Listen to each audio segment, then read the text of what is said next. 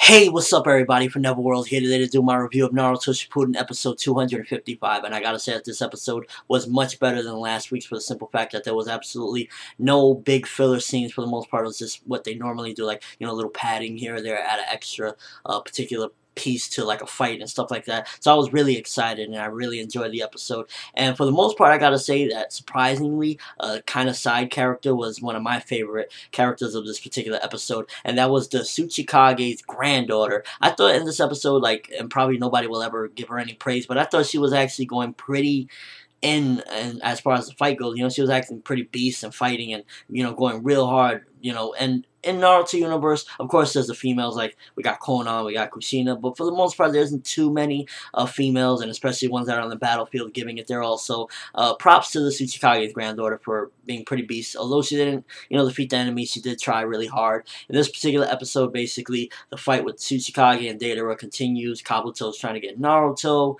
and for the most part, he kind of fails, but halfway gets something that he wanted. Well, not really wanted, but something useful. Basically, Kabuto, he kind of gets, like, stuck because Tsuchikage's granddaughter cements him into the ground, and I thought that was pretty beast. She just, like, she was going hard, and, Kabuto, for a moment, I was like, whoa, Kabuto's actually, like, cemented down. She even cemented him around just so that he wouldn't escape. But we do know that Kabuto is a product of Orochimaru, and basically he just busts out of that skin as a snake, and then, like, gets away, and he takes Deidara along with him. When the Tsuchikage was about to get Deidara, I was like, oh man, the Tsuchikage, he's going crazy. He's about to do his big blast, and, at first he was going to do it, but the Turtle Island was right behind there, and he would have blasted the whole Turtle Island down, but he was about to do it, and then Deidara gets, like, sent away because Kabuto took him and put him back in the box, the Edo Tensei box. It's kind of like, hey, pair of shoes, we're going to throw you back into the box or whatever.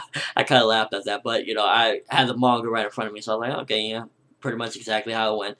With Naruto, as far as that's going on, it's pretty much the same thing. He's still clueless. Like, he's suspecting Tiny, like, why is this turtle flipping upside down, but he doesn't really know, and, like, they play it off, and it's not only anime, it's manga as well, make him seem a lot more dense, I guess you could say, like they, refer to it as, in the series. He's like, okay, I'm just gonna continue my S-class mission, and that's, again, one of the things about Naruto that, it has a lot of innocence to him, and I really like that, this episode, pretty much at the end, we get, like, a pretty cool thing, and I liked how they animated, finally, Tobi's mask. Tobi's mask, like, for the most part, every time we've seen it prior to this, it was just, like, very flat image, like, it's just like a paint looking thing. But in this one, they put a lot of detail into the last particular scene where Tobi's like, well, hurry up, this eye of mine is itching for battle. I was like, oh man, Tobi is ready for combat, whatever's gonna go down. And they animated real nice, put a lot of texture into the mask and stuff like that. And that was pretty awesome because, a lot of people were like,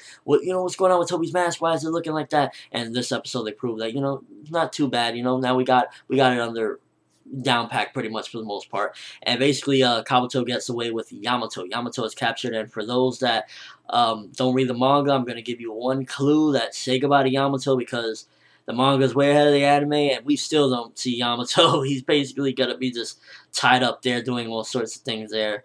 Sounds horrible, I know. But, basically Yamato, we're not going to see much more of him for a really long time, assuming we ever see him again. So yeah, that's pretty much the end of him. And for the most part, this was a really enjoyable episode. A lot of struggle, combat. We got Naruto being goofy as always, all the animals still trying to figure out their genders. I thought that, to me, that's, like, hilarious. Like, we got this whole big battle of the skies. Tsuchikage is about to blast people to smithereens, and we got Naruto like, is this a boy or a girl?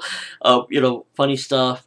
Great stuff, another awesome episode. Definitely, I prefer this one than last week, because although the filler was funny last week, this was actually all canon, and it was pretty funny, pretty action-packed, and I was just enjoying it. Let me know what you thought of the episode. Who was your favorite character in this particular one? Who do you think really went in? Do you think Kabuto, because, he got away? Was it Deidara, the Tsuchikage? Or do you agree with me that Tsuchikage's granddaughter was pretty awesome in this episode? Let me know in the comment section below, or with a video response. Give me your thoughts on Naruto Shippuden, episode 255. But that's all I have for this review today, guys. Hope you enjoyed. Thumbs up for this awesome episode and Tsuchikage's granddaughter and just everything that happened. It was, like, funny and craziness. I'm ForneverWorld, and have an awesome day, people.